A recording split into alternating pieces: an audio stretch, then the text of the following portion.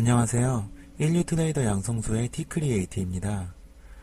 이번에는 소위 차트를 가장 합리적으로 볼 수 있는 법에 대해서 좀 강의를 하려고 하는데요. 보는 법하고 또 간단하게 이 차트를 통해서 세력이 개미 물량을 소화하는 법 중에 한 가지 형태에 대해서 간단한 매매 팁을 설명하려고 하니까 끝까지 잘 봐주셨으면 합니다. 일단 제가 보는 차트는 오로지 가격을 읽기 위한 지표로서의 차트입니다. 보이시죠?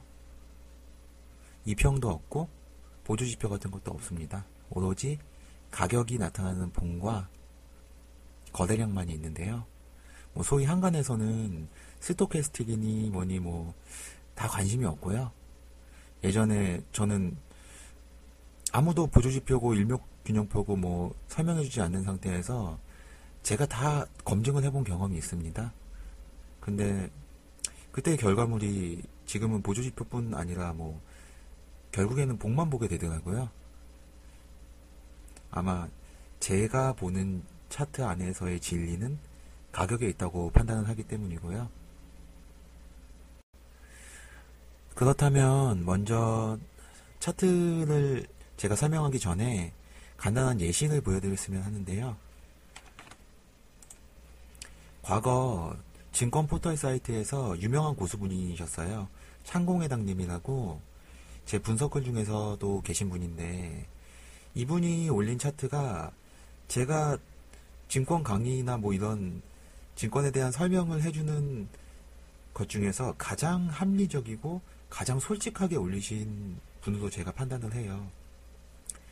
물론 딱 이런 형태가 아니라 30분 봉이라든가 일봉으로 판단하시는 분들도 계세요.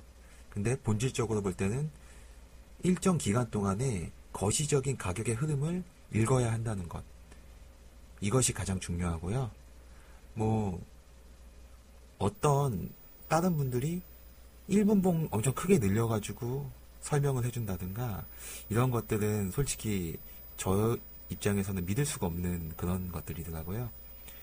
일단 제가 분석을 해본 결과 대형주나 개별주나 준중형주 이런 것들 다방면의 형태에서 다 제가 돌려봤거든요. 연구를 해보고 가장 합리적인 형태가 이 형태라고 저는 판단을 합니다.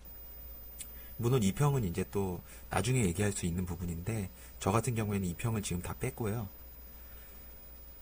하나 확실한 것은 가격의 위치와 일정 기간을 판단하기 위해서는 이 형태가 가장 옳다는 거, 합리적이라는 거죠. 그래서 저는 이렇게 보고 있습니다. 되게 횡해 보이죠? 어떤 분들은 이 차트를 보시면 되게 보기가 어려우신 분도 계실 거고 되게 적응이 안 되시는 분들이 많으실 거예요. 하지만 제가 아는 소위 차트 매매를 하시는 분들 중에서는 대부분이 이 정도의 기간과 이 정도 가격의 위치들을 다 보세요. 어떤 분은 일봉으로 보시는 분도 계시고, 또 3분봉, 5분봉, 30분봉 여러 종류로 하지만 결국에는 가격의 위치를 판단하기 위해서는 일정 기간을 자신의 눈으로 파악을 한다는 거. 예를 들자면 3분봉으로 봐도 마찬가지예요. 한 이 정도를 이렇게 보세요. 저는 이런 게 오히려 보기가 힘들더라고요. 근데 이렇게 보시는 분 계시고 1분봉으로도 이렇게 보시는 분 계세요. 더 당겨야겠네요. 이렇게 마치 틱차트 같이 이렇게 보시는 분도 계시고, 실제 돈을 버는 분이 이렇게 보신다는 겁니다. 그리고 예전에 이거는 저도 인터넷상으로 봤는데, 어떤 분은 30분 봉으로 2편까지 다 틀어놓고 하시더라고요. 어찌됐든 간에 일정 기간을 그분들은 가격의 위치를 통해서 다 파악을 하시는 거죠, 한눈에. 하지만 제가 보는 가장 합리적인 수준은 이 5분 봉에서 대략 이 정도 기간이라는 거죠. 대략적으로 정리를 해드리자면, 첫 번째로 일정 기간 내에 가격의 흐름을 차트 내에서 한 번에 봐야 가격의 흐름을 읽을 수 있다는 점.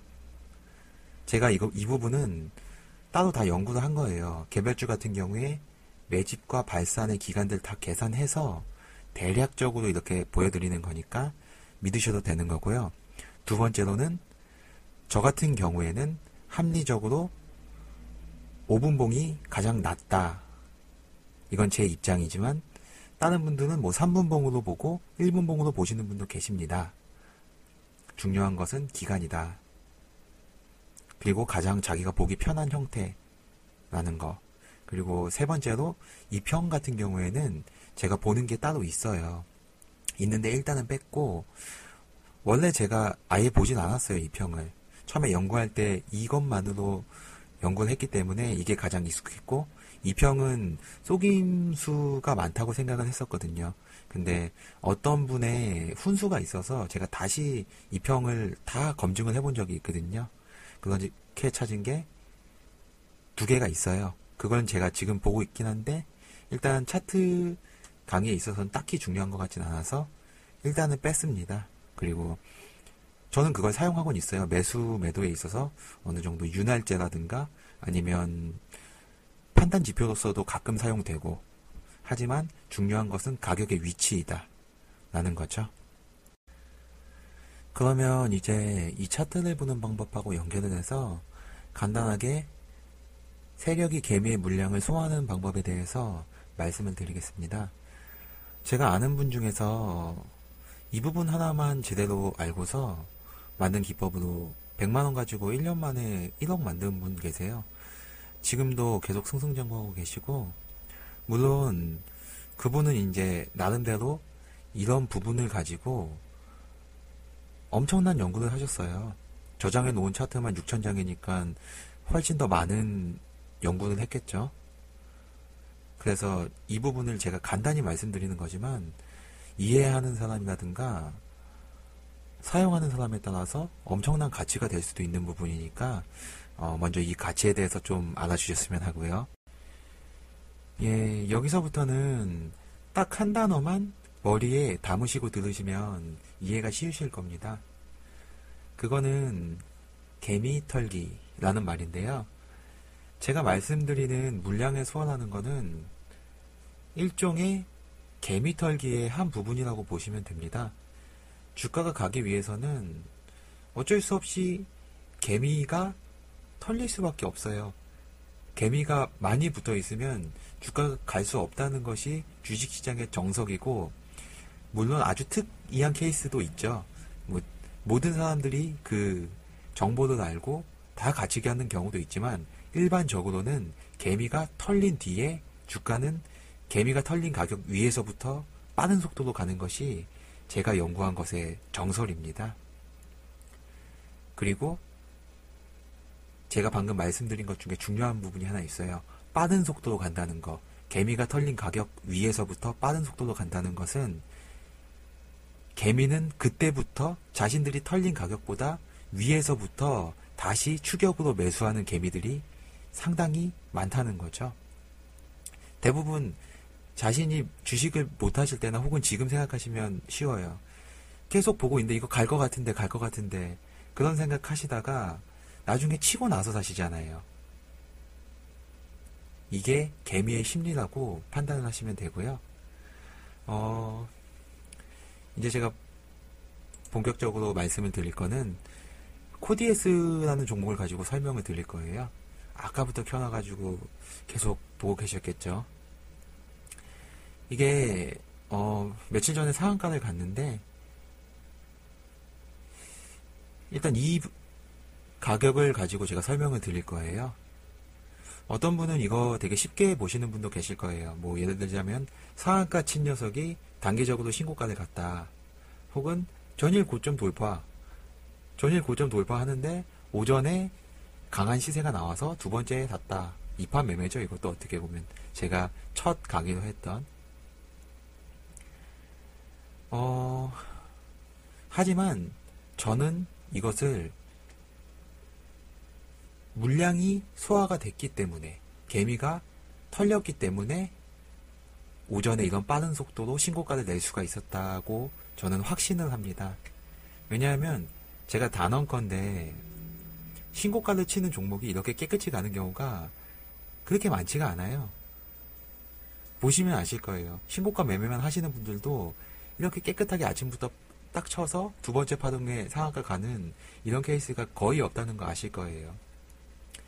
그래서 제가 보는 것은 이 가격은 완전히 물량이 소화가 일어났기 때문에 이런 형태로 칠 수가 있었다는 거.